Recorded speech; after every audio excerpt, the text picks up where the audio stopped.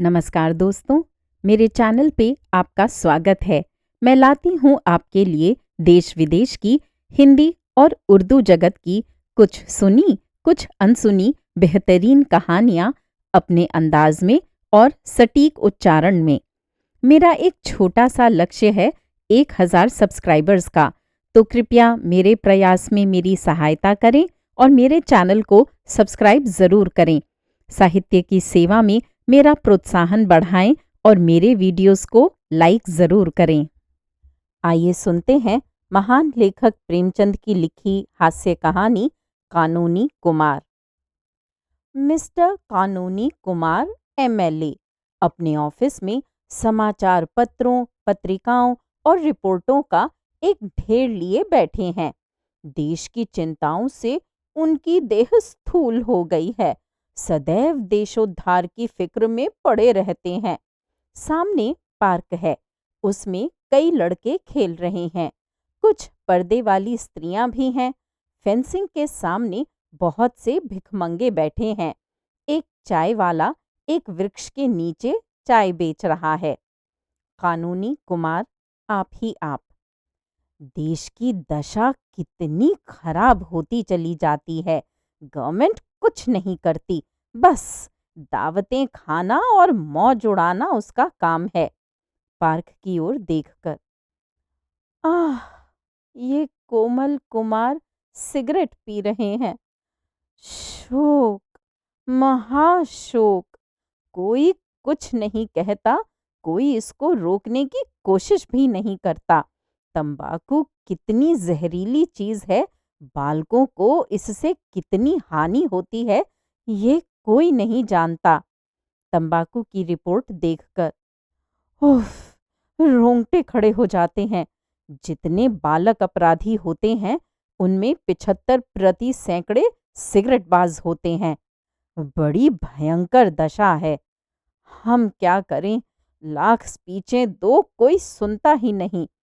इसको कानून से रोकना चाहिए, नहीं तो अनर्थ हो जाएगा। कागज पर नोट करता है। तंबाकू बहिष्कार बिल पेश करूंगा। काउंसिल खुलते ही ये बिल पेश कर देना चाहिए। एक क्षण के बाद फिर पार्क की ओर ताकता है और पहरेदार महिलाओं को घास पर बैठे देखकर लंबी सांस लेता है। गजब है, गजब है। कितना घोर अन्याय, कितना पाशविक व्यवहार। ये कोमलांगी सुंदरियां चादर में लिपटी हुई कितनी भद्दी, कितनी फूहड़ मालूम होती हैं। अभी तो देश का ये हाल हो रहा है। रिपोर्ट देखकर, स्त्रियों की मृत्यु संख्या बढ़ रही है। तपेदिक उछलता चला आता है। प्रसूत की बीमारी आंधी की तरह चढ़ी आती है और हम हैं कि आंखें बंद किए पड़े हैं। बहुत जल्दी ऋषियों की ये भूमि, ये वीर प्रसविनी जननी रसातल को चली जाएगी। इसका कहीं निशान भी न रहेगा। गवर्नमेंट को क्या फिक्र, लोग कितने पाषाण हो गए हैं। आंखों के सामने ये अत्याचार देखते हैं और जरा भी नहीं चौंकते। ये मृत्यु का शैथिल्य है। यहाँ भी कानूनी जरूरत है। एक ऐसा कानून बनना चाहिए जिससे कोई स्त्री पर्दे में न रह सके। अब समय आ गया है कि इस विषय में सरकार कदम बढ़ावे। कानून की मदद के बगैर कोई सुधार नहीं हो सकता और यहाँ कानूनी मदद की जितनी जरूरत है, उतनी और कहाँ हो सकती है। माताओं पर देश का भविष्य अवलंबित है। पर्दा हटाव बिल पेश होना चाहिए। जानता हूँ बड़ा विरोध होगा, लेकिन गवर्नमेंट को साहस से काम लेना चाहिए। ऐसे नपुंसक विरोध के भय से उद्धार के कार्य में बाधा नहीं पड़नी चाहिए। कागज पर नोट करता है। ये बिल भी असेंबली के खुलते ही पेश कर देना होगा। बहुत विलंब हो चुका।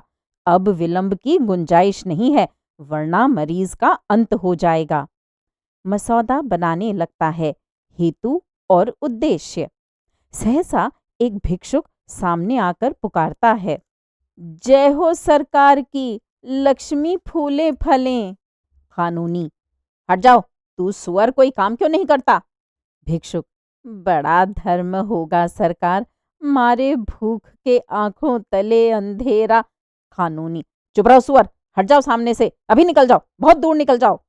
मसौदा छोड़कर फिर आप ही आप। ये ऋषियों की भूमि आज भिक्षुकों की भूमि हो रही है।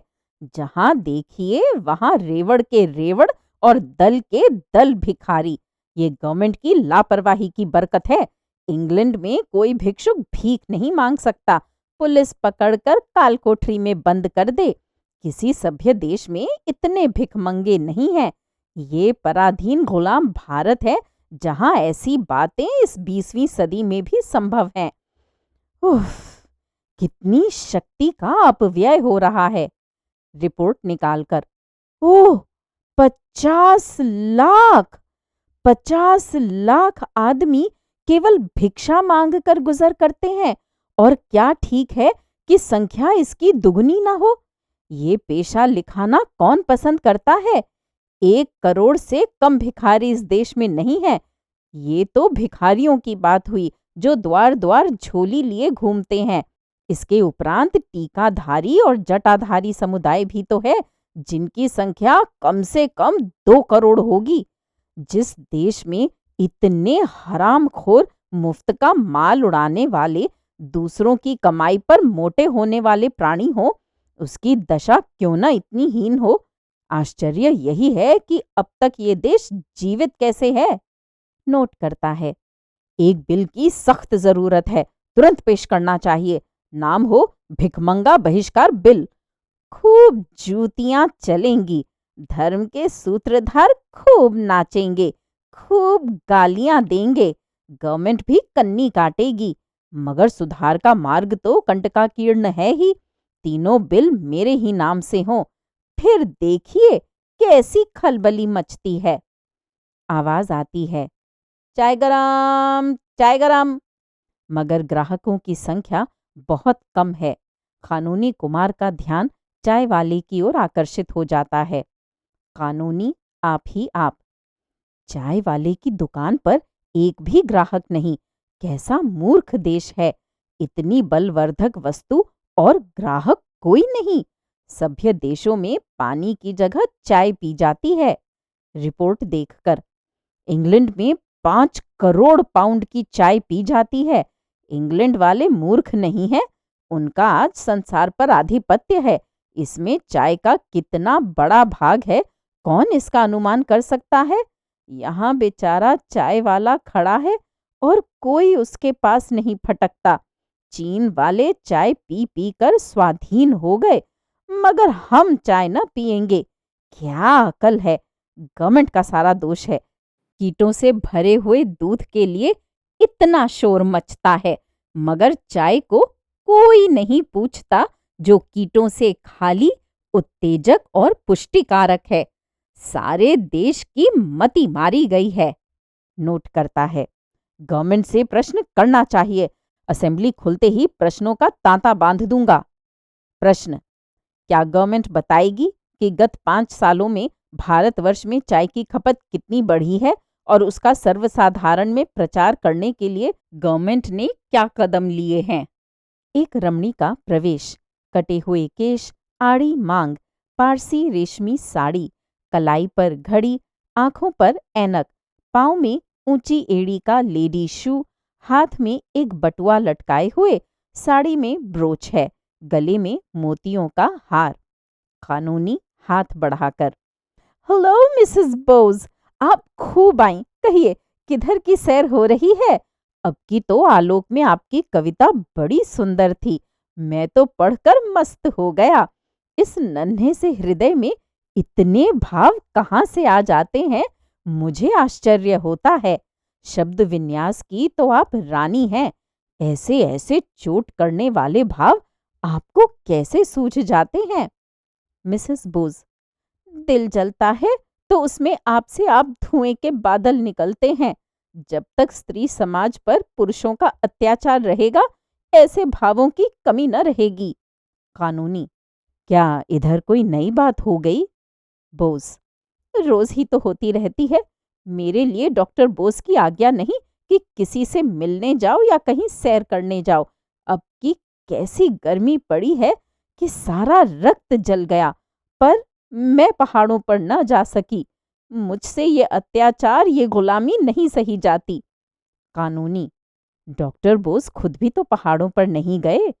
बोस, वह न जाए, उन्हें धन की हाय हाय पड़ी है, मुझे क्यों अपने साथ लिए मरते हैं।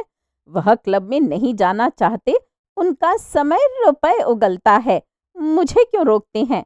वह खद्दर पहने, मुझे क्यों अपने पसंद के कपड़े पहनने से रोकते हैं।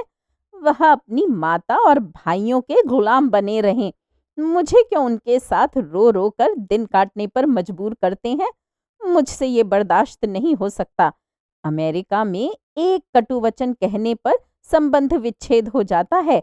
पुरुष जरा देर में घर आया और स्त्री ने तलाक दिया। वह स्वाधीनता का देश है, वहां लोगों के विचार स्वाधीन हैं। ये गुलामों का देश है, यहाँ हर एक बात में उसी गुलामी की छाप है। मैं अब डॉक्टर बोस के साथ नहीं रह सकती। नाकों दम आ गया। इसका उत्तरदायित्व उन्हीं लोगों पर है जो समाज के नेता और व्यवस्थापक बनते हैं। अगर आप चाहते हैं कि स्त्रियों को गुलाम बनाकर स्वाधीन हो जाए, तो ये अनहोनी बात है। जब तक तलाक का कानून न जारी होगा, आपका स्वराज्य आकाश कुसुम ही रहेगा।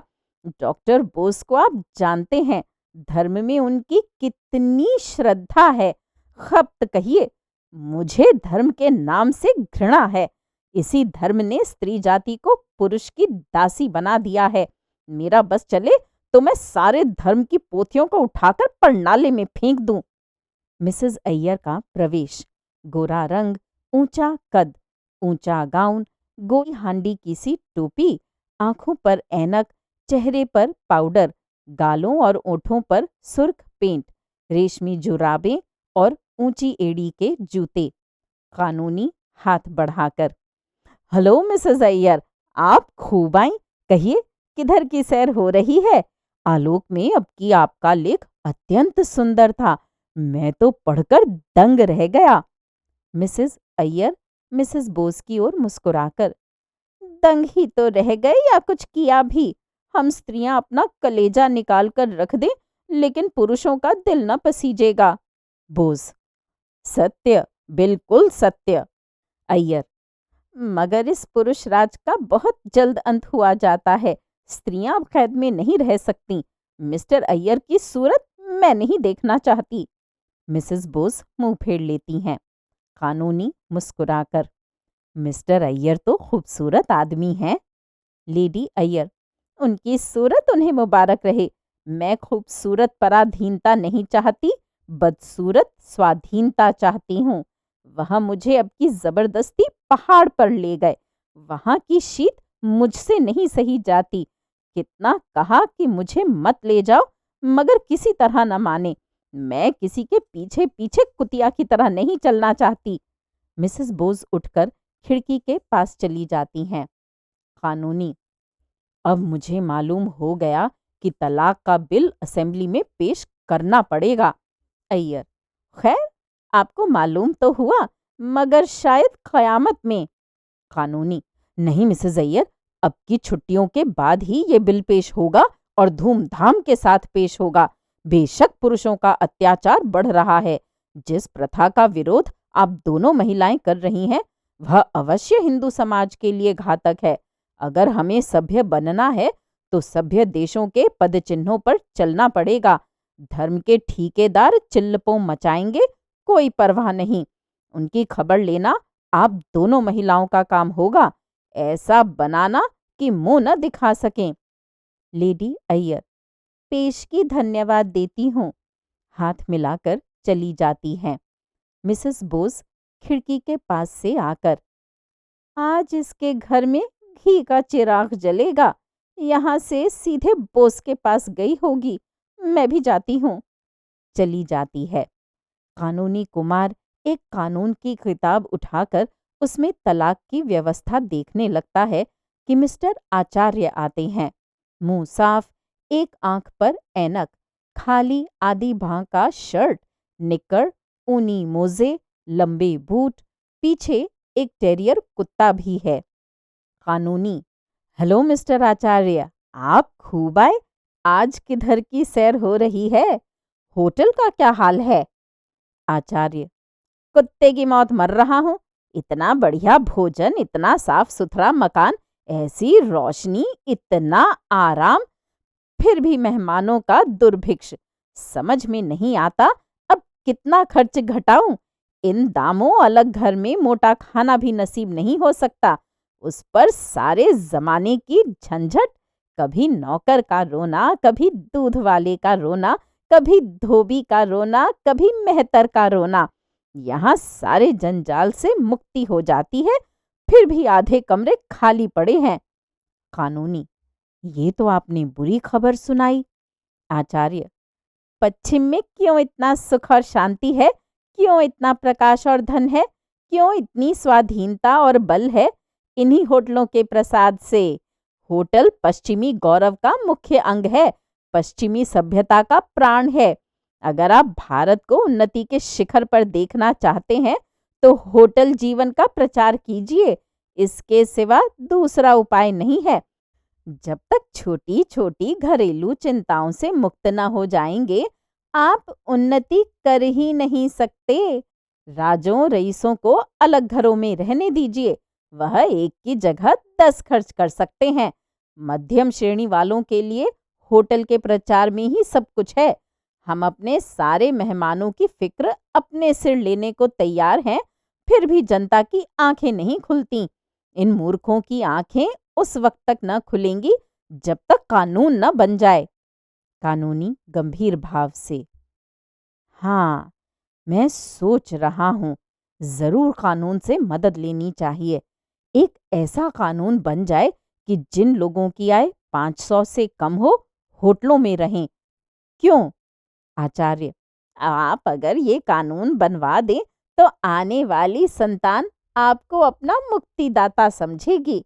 आप एक कदम में देश को 500 वर्ष की मंजिल तय करा देंगे। कानूनी, तो लो, अब की ये कानून भी असेंबली खुलते ही पेश कर दूंगा। बड़ा शोर मचेगा, लोग देशद्रोही और जाने क्या क्या कहेंगे, पर इसके लिए तैयार हूं। कितना दुख होता है जब लोगों को अहीर के द्वार पर लुटिया लिए खड़ा देखता हूँ। स्त्रियों का जीवन तो नरक तुल्य हो रहा है। सुबह से 10-12 बजे रात तक घर के धंधों से फुर्सत नहीं। कभी बर्तन मांजो, कभी भोजन बनाओ, कभी झाड़ू लगाओ। फिर स्वास्थ्य कैसे बने, जीवन कैसे सुखी हो, सैर कैसे करें, जीवन के आमोद प्रमोद का आनंद कैसे उठावें, अध्ययन कैसे करें। आपने खूब कहा, एक कदम में 500 सालों की मंजिल पूरी हुई जाती है। आचार्य, तो अब की बिल पेश कर दीजिएगा। कानूनी, अवश्य। आचार्य हाथ मिलाकर चला जाता है। कानूनी कुमार खिड़की के सामने खड़ा होकर होटल प्रचार बिल का मसविदा सोच रहा है।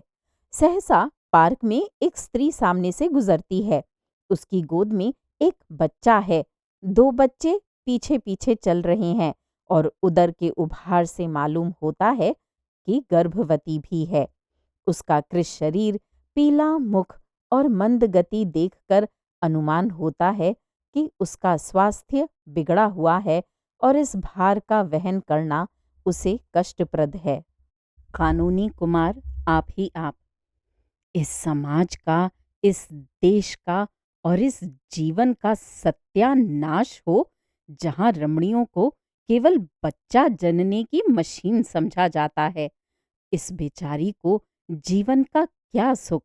कितनी ही ऐसी बहनें इसी जंजाल में फंसकर 32-35 की अवस्था में, जबकि वास्तव में जीवन को सुखी होना चाहिए, रुग्ण होकर संसार यात्रा समाप्त कर देती हैं। हाँ भारत, ये विपत्ति तेरे सिर से कब टलेगी? संसार में ऐसे ऐसे पाषाण हृदय मनुष्य पड़े हुए हैं जिन्हें इन दुखियारियों पर जरा भी दया नहीं आती।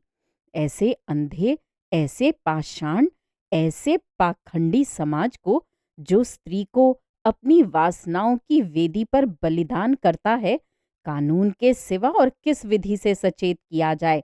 और कोई उपाय ही नहीं है। नर हत्या का जो दंड है, वही दंड ऐसे मनुष्यों को मिलना चाहिए। मुबारक होगा वह दिन जब भारत में इस नाशिनी प्रथा का अंत हो जाएगा। स्त्री का मरण, बच्चों का मरण और जिस समाज का जीवन ऐसी संतानों पर आधारित हो, उसका मरण। ऐसे बदमाशों को क्यों न दंड दिया जाए। कितने अंधे लोग हैं। बेकारी का ये हाल कि भरपेट किसी को रोटियां नहीं मिलती, बच्चों को दूध स्वप्न में नहीं मिलता, और ये अंधे हैं कि बच्चे पर बच्चे पैदा करते जाते हैं। संतान निग्रह बिल की कितनी जरूरत है इस देश को, उतनी और किसी कानून की नहीं। असेंबली खुलते ही ये बिल पेश करूंगा। प्रलय हो जाएगा ये जानता हूं, पर और उपाय ही क्या है। 2 बच्चों से ज्यादा जिसके हों, उसे कम से कम 5 वर्ष की कैद, उसमें 5 महीने से कम काल कोठरी न हो। जिसकी आमदनी 100 रुपए से कम हो, उसे संतानोपत्ति का अधिकार ही ना हो। मन में बिल के बाद की अवस्था का आनंद लेकर कितना सुखमय जीवन हो जाएगा। हाँ, एक दफा ये भी रहे कि एक संतान के बाद कम से कम 7 वर्ष तक दूसरी संतान न आने पावे। तब इस देश में सुख और संतोष का साम्राज्य होगा। तब स्त्रियों और बच्चों के मुंह पर खून की सुर्खी नजर आएगी। तब मजबूत हाथ पांव और मजबूत दिल और जिगर के पुरुष उत्पन्न होंगे। मिसेस कानूनी कुमार का प्रवेश।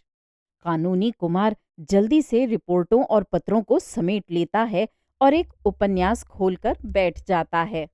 मिसेस, क्या कर रहे हो? वही धुन? कानूनी, उपन्यास पढ़ रहा हूं। मिसेस, तुम सारी दुनिया के लिए कानून बनाते हो, एक कानून मेरे लिए भी बना दो।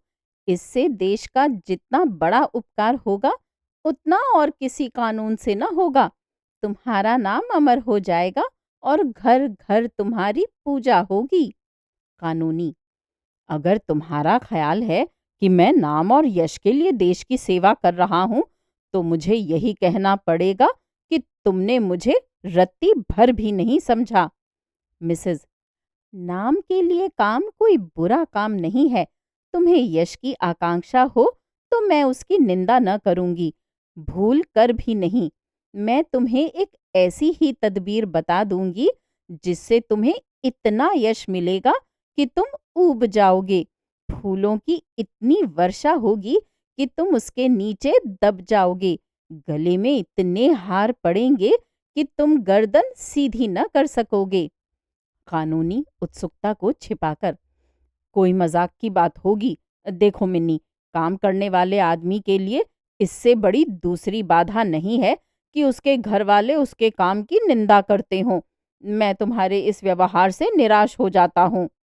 मिसेस, तलाक का कानून तो बनाने जा रहे हो, अब क्या डर है? कानूनी, फिर वही मजाक। मैं चाहता हूं तुम इन प्रश्नों पर गंभीर विचार करो। मिसेस, मैं बहुत गंभीर विचार करती हूँ, सच मानो। मुझे इसका दुख है कि तुम मेरे भावों को नहीं समझते।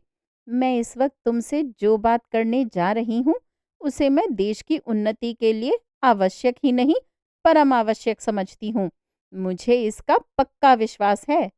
कानूनी, पूछने की हिम्मत तो नहीं पड़ती। अपनी झेप मिटाने के लिए हंसता है। मिसेस, मैं खुद ही कहने आई हूँ, हमारा वैवाहिक जीवन कितना लज्जास्पद है तुम खूब जानते हो। रात दिन रगड़ा झगड़ा मचा रहता है। कहीं पुरुष स्त्री पर हाथ साफ कर लेता है, कहीं स्त्री पुरुष की मूंछों के बाल नोचती है।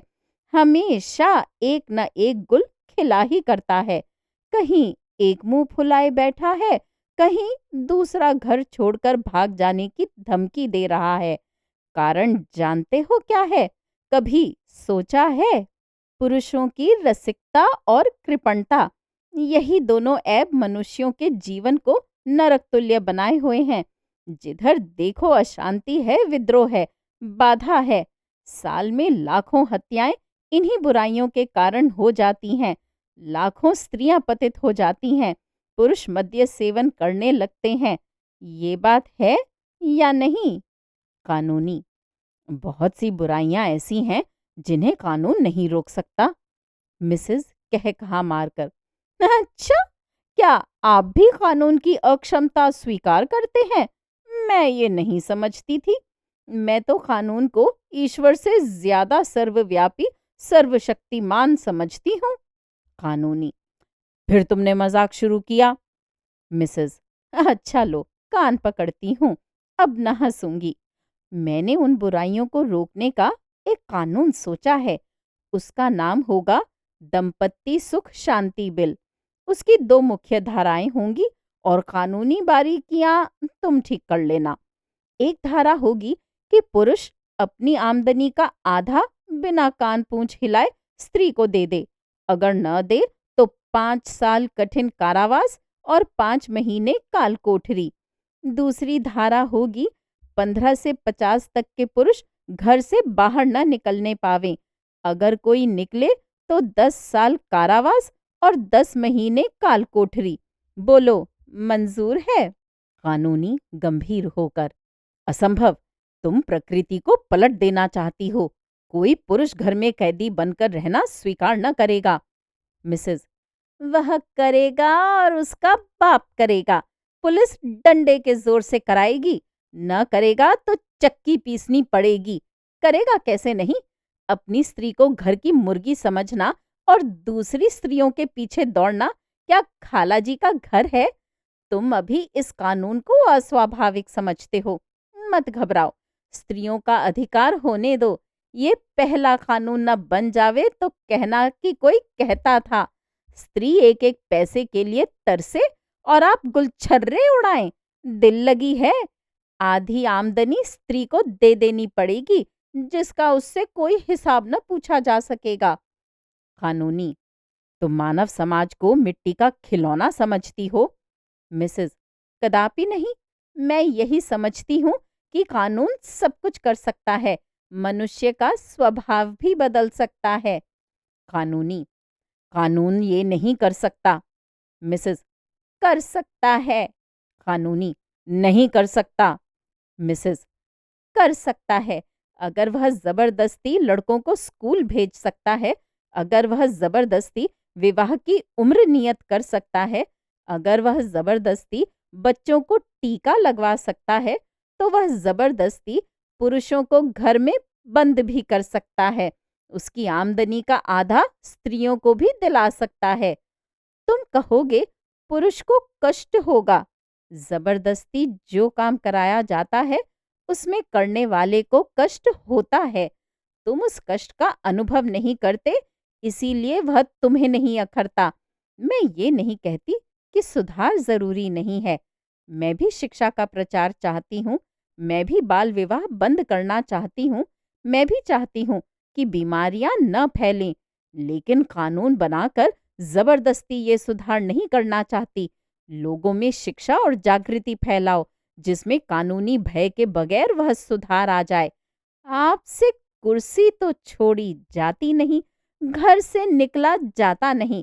शहरों की विलासिता को एक दिन के लिए भी नहीं त्याग सकते और सुधार करने चले हैं आप देश का।